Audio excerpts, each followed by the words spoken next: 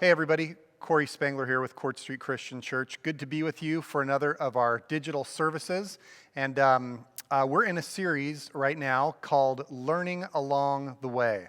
And I want to jump right into a dramatic moment from history. The year is 1250 BC, okay? It's 1250 BC, and a man has just led a group of people out of slavery, out of captivity. This huge nation is being born, and as they're marching their way out, they come to this vast body of water known as the Red Sea. And when he turns and he looks back from the way that they've come, he sees their captors, their oppressors from the last few hundred years, the mightiest army in the world at the time, chasing after them. The army has changed their mind. The Pharaoh, the king, has changed his mind, and he said, "I'm coming after you. I'm not letting you go." Who's the man that's standing there in that crucial moment with his back to the water, with the people before him unarmed, and this mighty army bearing down on them, and it looks like certain death? His name is Moses, right? If you said Jesus because that's the answer you always give in church, you were wrong this time. It's Moses. Any of you that have ever seen the movie The Prince of Egypt, the old school, the Ten Commandments, Charlton Heston, all that bit, you know who Moses is. If you've been around church, his name comes up a lot. He's a very significant character in the Bible. And Moses is somebody that we know he lived through these incredibly dramatic moments. Like, we know what happens in the story after that, or if you don't, I'll tell you about it, and you can go read it. The story is actually found in the book of Exodus in the Bible. And what happens is God does this mighty deliverance. Moses turns to the water. God tells him to raise up his staff, and the waters of the sea actually divide. Moses and the Hebrew people walk through on dry ground, and when Pharaoh and his army pursues, what happens? The waters come crashing down, and all of a sudden, these people with no way to defend themselves have now outwitted and overcome, with the help of God, the mightiest army in the world. And Moses' life is full of these dramatic moments. And I want to look at Moses today in order to look at a concept in church that we use a lot, we talk about a lot. It means a lot of things to a lot of different people. And I hope to make this concept even more approachable for us today. I hope it becomes a little more inspiring even. I hope that you feel this sense of being able to see yourself in it in a fresh way. And that concept is the concept of worship. I'm going to start by showing you some common definitions of worship, and we'll look at these together. You don't need to write these down or anything. I know many of you like to take copious notes. I'll throw them on our website, but there's a definition that we'll work with for a while today coming, so hold out for that. But let's just take a look at some of the common definitions of worship. It can be a feeling or expression of reverence and adoration for a deity. That sounds kind of nice, these affectionate feelings, this adoration, this reverence, respect. I like that. That's pretty good. It can be an extreme form of love, even implying this unquestioning devotion, according to one of the reference sources that I looked at. And this one I go, yeah, it is kind of, I think worship is an extreme form of love. But this unquestioning devotion, I'm not sure about that. It seems like I love and I still have questions sometimes, but let's keep looking at some of the common ones here. Kneeling or laying face down is an act of reverence. Some people, when they think of worship, they just think of hands up, surrender, arms out, down on the ground. You know, these types of postures that we see sometimes in the scriptures, or kneeling. There's a lot of kneeling that takes place in religious worship, and that's a posture that many associate with the word worship. The actual root of the word in our language is actually a combination of two things, worth and ship, which is to give worth to something. That's an interesting way to look at worship also, isn't it? You know, for me, growing up in church, I have to confess, there's some words that just they've always seemed a little bit distant to me. And it's been really amazing and beautiful along the years for God to bring those words and those concepts to a better understanding for me in a very more personal application. Worship was one of those ones that I kind of kept at arm's length. It always felt to me like it had to look like what someone else was doing. It had to look like it had a certain posture, or it had to be triggered and by certain things. And I remember one time I was interacting with a group of guys, and we were going through some type of a book about church and men interacting in church. And I remember the author said something about why men have a difficulty sometimes going to church. And he said, listen, he goes, I just don't ever go through my regular life singing love songs to another dude. He's just like, that's just not something that's just part of my regular life. And so when I come to church, I have a hard time engaging in worship. Well, musical worship is just one dispensation of worship. I hope that today the concept becomes bigger, more personal for you and for me, and we're able to see ourselves and experience God in it in a fresh way. And we're going to look at Moses' life to do that. But first, I want to take you to some words of Jesus. Jesus interacting in this very famous passage. He's interacting with this woman at this well, and they get into this religious conversation, this spiritual conversation. And Jesus says this to her. He says, God is spirit, and his worshipers must worship in the spirit and in truth. Jesus was actually talking about some of these old ways of worshiping, or the ways that they were currently, and Jesus is saying there's actually something else that God's after that's more personal, kind of more mysterious, it's more connected, and it's more honest even. It's not contrived about going and doing a certain act to try to appease somebody far off, but it's this integrated place. In fact, here's the definition that I came up with this week. As I was considering the life of Christ, as I was considering what worship has become to me, and looking at some of the scriptures and the characters, I came up with this idea that worship is this awareness of and participation in the love of God. It's not just something that we do. Worship is actually us getting caught in this flow of love because God is love, and that love welling up inside of us and being expressed back to Him.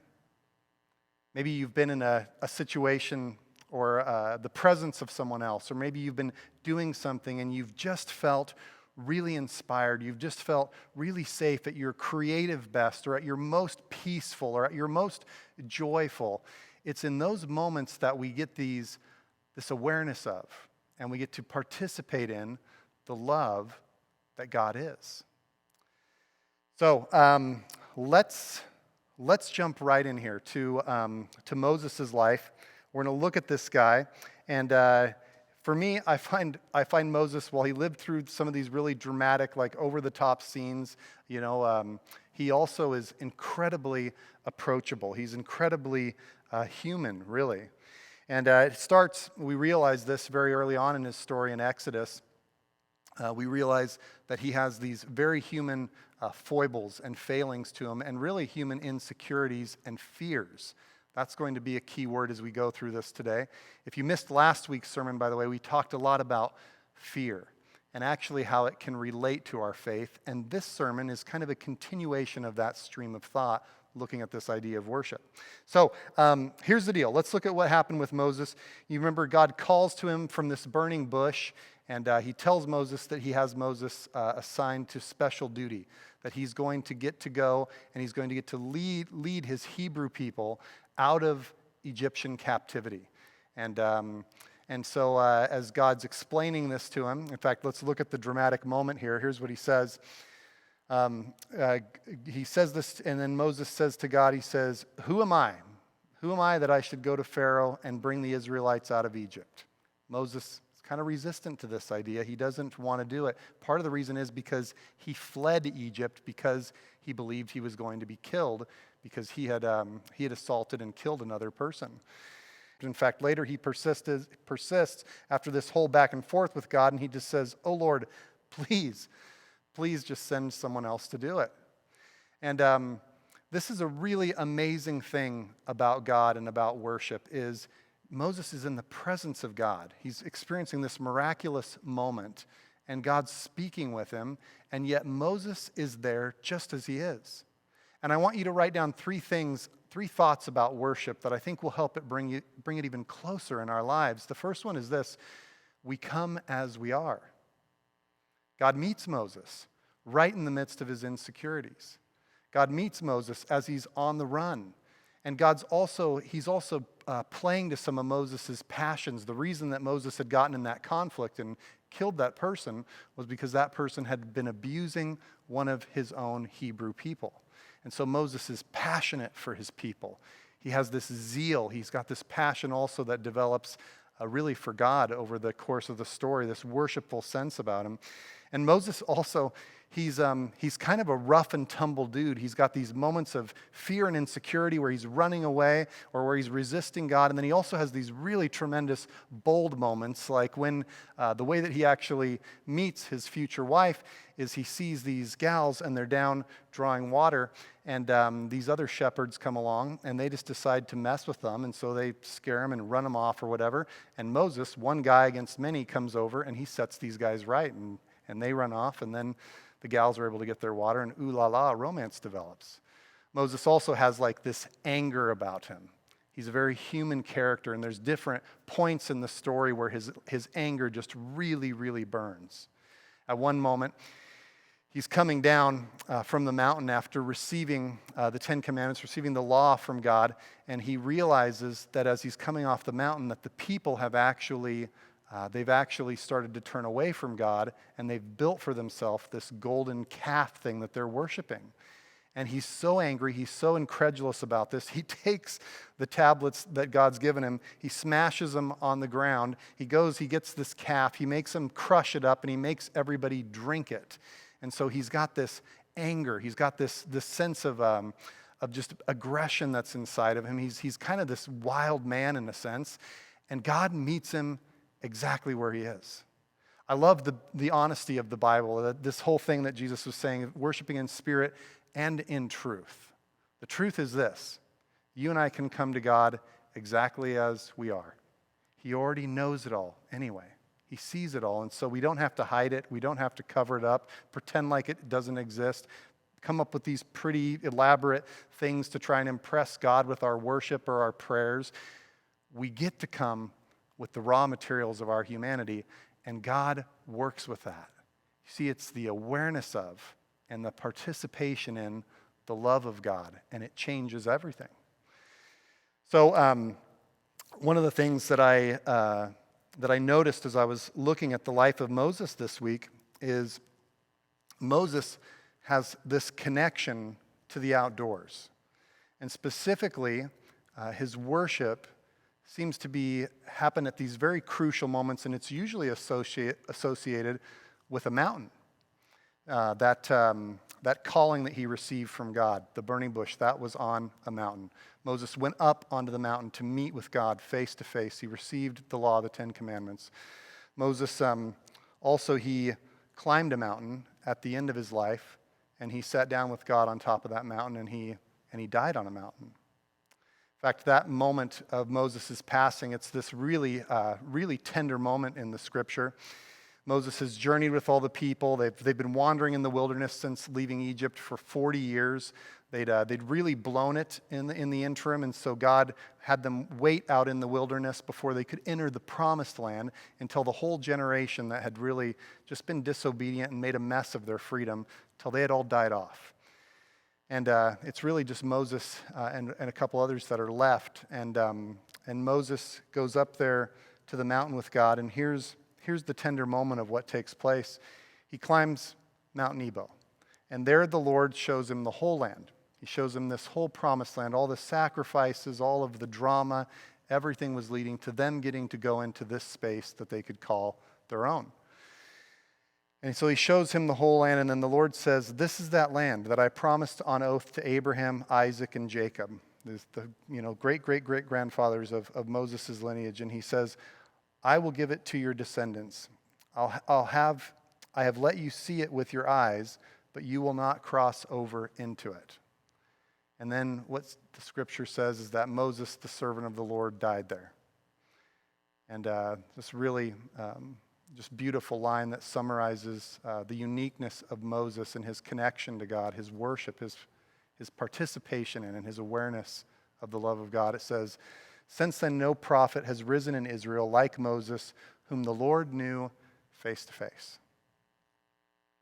And if you're more familiar with this story, you know that part of the reason that God didn't let Moses go in was the same reason he didn't let the other Israelites go in, and he let that generation expire. It was partly related to some of those very human foibles and that anger that was inside of Moses that he wasn't to go in. I also recognize that in God, as we worship him, he fulfills the desires of our hearts in very special ways.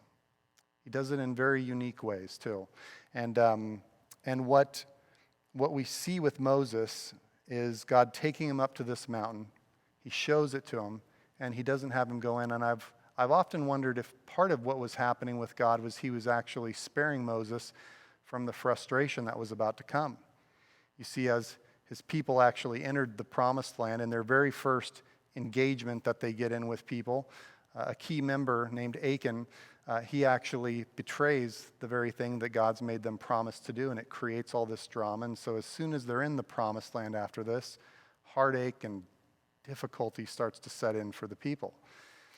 And I wonder if God knew that and he wanted to spare Moses from it.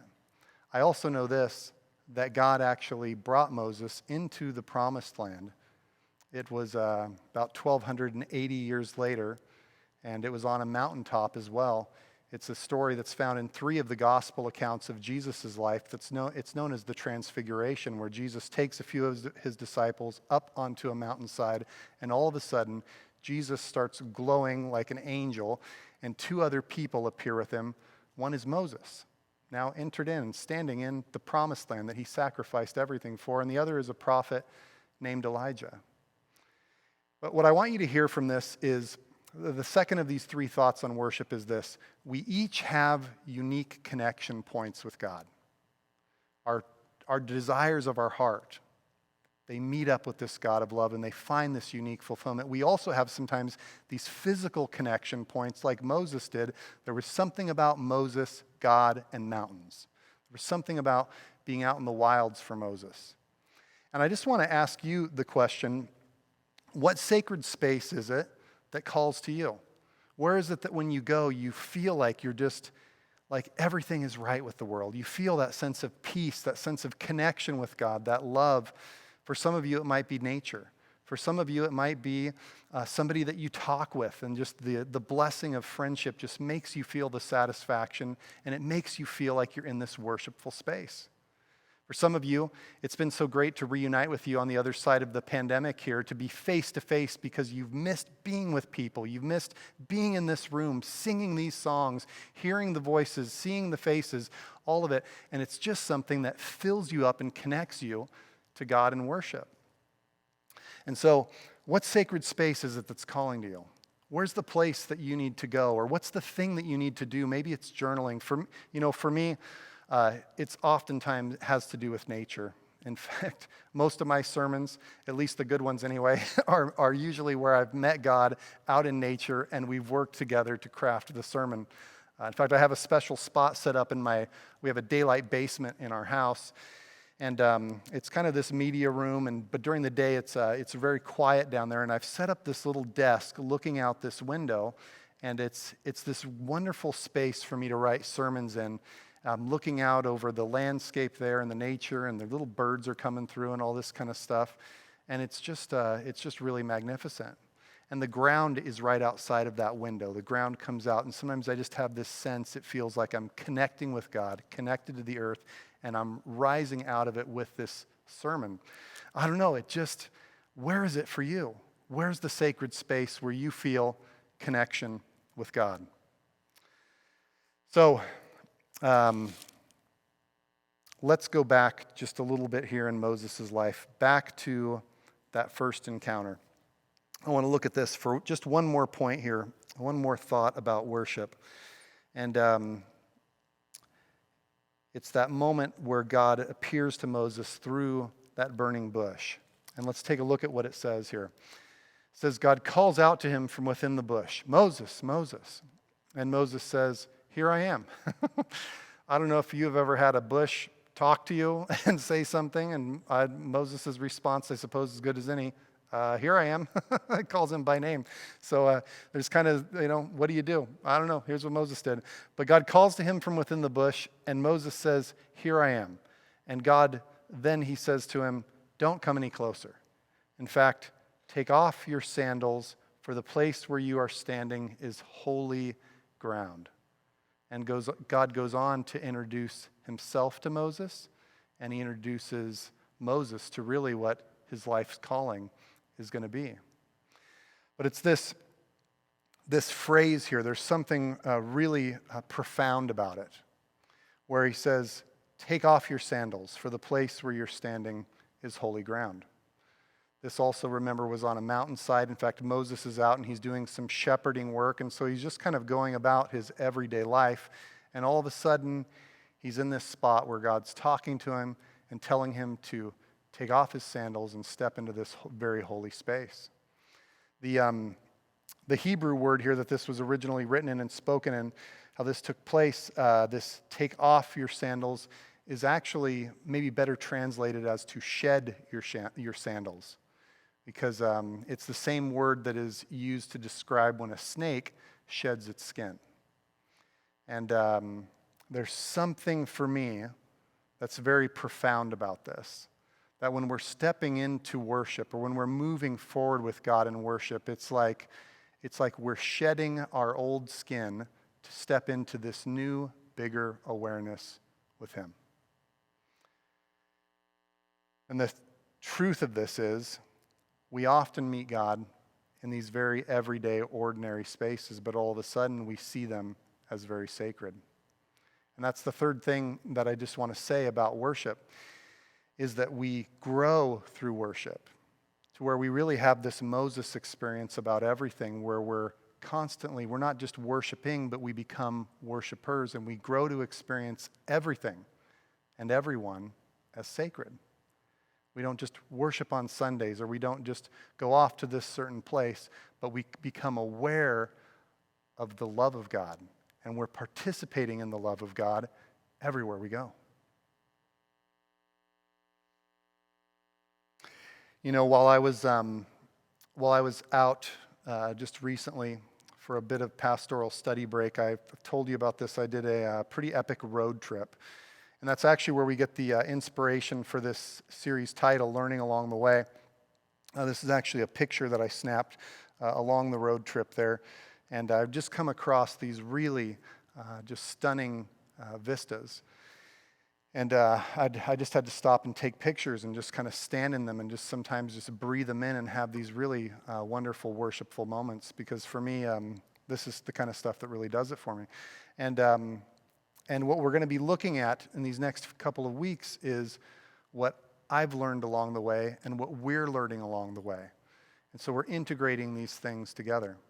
And last week, as we talked about our fears and our faith, you know, that conversation was so rich, and I want to revisit it here in just a few moments. But I want you to hear me say this also: when in our fears, we actually work through them. Part of how we work through them and they grow into faith is through this worshipful awareness. And on my trip, as I was going through it, I left and I was struggling with some things. I was carrying some pain and actually some grief from my time here at Court Street. I was especially around just the feeling of grief of the loss of some people. We in the last few years, we've just had quite a few older people step from this life to the next, and it's a beautiful thing that they're doing that, and there's also the sense of loss that I felt. And I also had this really tremendous sense of personal difficulty that I was facing as I was on the road as well. And I kept trying to fix those things. I kept trying to work on them. I kept trying to change them. I kept thinking about this problem and kind of my fear that I had about it in my personal life. And I just developed this sense as I was driving along. I felt like God was just telling me, Corey, just get to nature and we'll talk. Just get to nature and let it talk to you. Let me talk to you through it. And so I'd get all spun up and I'd be like, all right, I just need to go. I just need to sit in a spot like this and I need to soak it in. Well, one of the places that I went was I was staying at these little campgrounds. I needed to stay at a campground with a shower because I was kind of van camping my way across the country, didn't have a shower. And maybe some of you are better vagabonds than me. If I don't have no shower in the morning, ain't nobody happy, okay? Especially me, all right? And so I'm staying at this campground, and here's a picture of it. This is in near the Bryce Canyon area and the Zion area of Utah. just an absolutely beautiful desert landscape with this really amazing rock features and all this. And as I'm there, I notice this gentleman who's working at the campground, and this guy just really captures my attention. And I'm watching him, and I'm seeing him interact with these folks. And he's somebody that just goes around and he tidies up the campsites. And I just see this guy, and he's working really hard. And then he's talking to people and telling these really big, dramatic stories, and he's really engaging. And then he's talking with this other coworker, and they're figuring some stuff out, and they're solving all the world's problems. And I was just like, man, this guy, there's something about him. He just kind of seems like a man for all seasons. He laughs easily. He works hard. He's engaged in all this stuff. And I just had this connection to him from a distance. And I was setting out this one day I wanted to go for a hike. All right, I wanted to go experience this area and just get a nice taste of it. And I was thinking I was going to go into Bryce Canyon National Park. And so I just decided to approach this guy, find out his name is Anthony, and I just say, hey, Anthony, I was like, I'm going to go out for a hike today. What's the best one I should do in Bryce? And Anthony thinks about it for a minute, and then he just goes, you don't want to do that. I was like, I don't want to do that? He goes, no. He goes, let me tell you what you want to do. He's like, there's going to be people crawling all over there. You're alone, aren't you? And I go, yeah. He goes, you want to be alone. You want to be quiet. I get it. He goes, you go and do this certain hike that most people don't know about. It's not in the park even. And he's like, you'll experience the dramatic canyon walls, a little creek at the bottom, the whole deal. And I was like, all right, thanks for the lead. And then he just goes, and one more thing. He's about to leave. He goes, take off your shoes and hike it barefoot. He's like, it's about grounding. He's like, it's about connecting to the earth, connecting to God. He goes, take that advice and you'll have a great time. But don't go to Bryce Canyon. Don't go to all the people. Forget about all that. All right, Anthony set me on my way. And so I end up hiking this place. It's called Willis Creek. And this is the only picture that I have of it, but it was exactly as he described. I decided to shed my cell phone so it wouldn't be a distraction, and I left it in my rig. And it was, you could put your arms out and touch the canyon walls on either side, and just this little creek meandering through the bottom of it. And I took his advice. I went there, but I hiked in my shoes. And at the end of it, I was all the way in, and the heat of the sun was going pretty good. And I was really exhausted. I'd probably hiked in about 4 miles, something like this. And I was going to go back, and all of a sudden I remembered his words, and I was like, I'm going to just try it. And so I took off my shoes, and I hiked out the 4 miles, completely barefoot, stepping on these rocks. And it was painful at some points and delightful in others. But I just had this different awareness. I realized that the place, honestly, on the way in, it was kind of magical, but it also kind of felt like a burden. I was hiking and going my way through it. Suddenly, I was more connected, and I was experiencing it in a more integrated way. And there was something about it. I just had this sense that I was connected even more to God. It was this worshipful, being aware of and participating in the love of God as I was connected to creation in that way.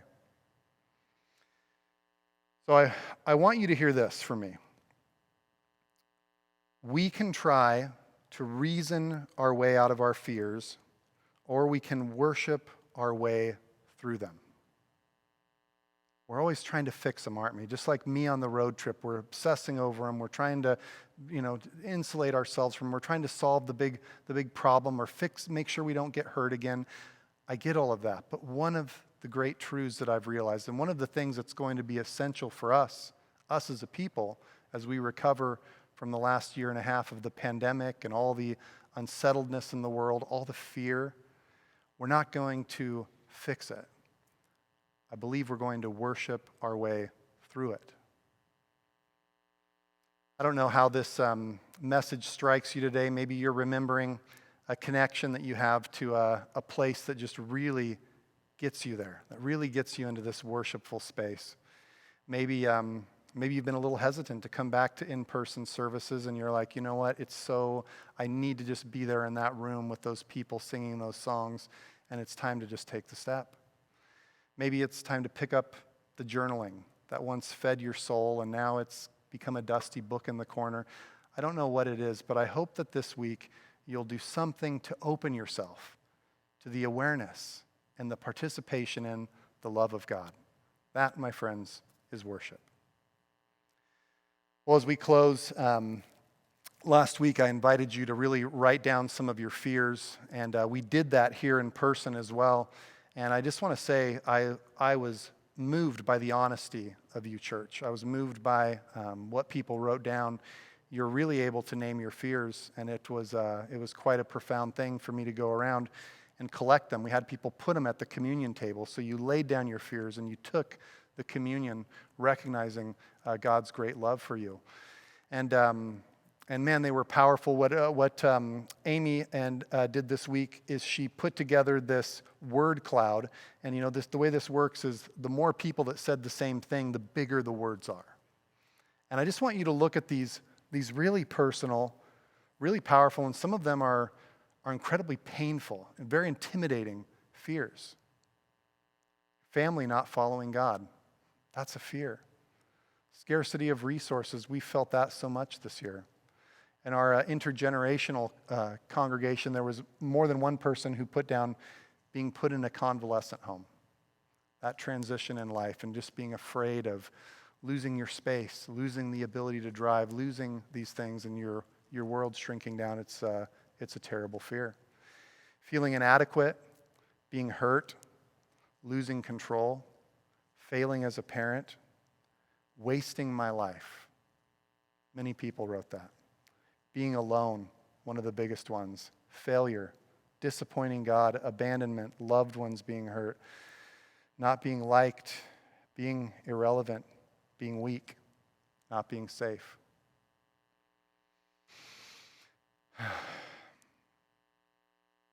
I just want you to know, church, that we believe the God that we're preaching, he sees all of this. And he feels it with us. He knows what it's like because Jesus walked through really pretty much every one of these things while he lived this life. He's not just far off going, oh, that must be difficult. I'm so sorry. He's drank the same cup that we're facing. He's experienced it. And I want you to know this. He loves you. And as you look at your fears, as you name them, and as you look at life and what it can bring to you, I just want you to know this, that there is such a gift in worship. That God wants to meet you in this space. He wants you to experience his love, and he wants it to overflow in you. That even if your very fears do come true, nothing will ever stop that wellspring of life, and nothing will have the final word in your life except for the love of God in Christ Jesus. I just want to pray over you right now. Would you bow your hearts?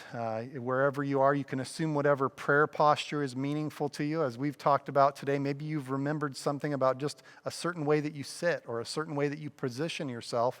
Sometimes I like to lay flat on the floor, just looking up to the ceiling or looking up to the sky, and it just helps me to connect with God and experience even more of that worshipful sense that we're talking about.